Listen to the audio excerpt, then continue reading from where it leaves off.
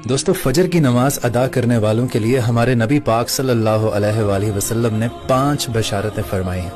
पहली बशारत क्या है?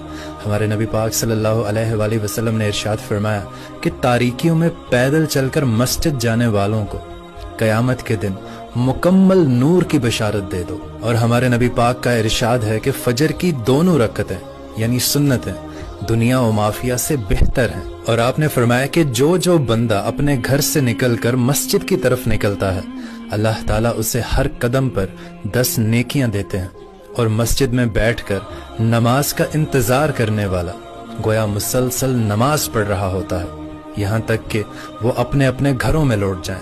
और आप सल्लल्लाहु अलैहि वसल्लम ने इरशाद फरमाया कि वो शख्स हरगिज़ जहन्नुम में नहीं जाएगा जो तुलूए आफताब से पहले और गुरूबे आफताब से पहले नमाज पढ़े, यानी फजर और असर की नमाज।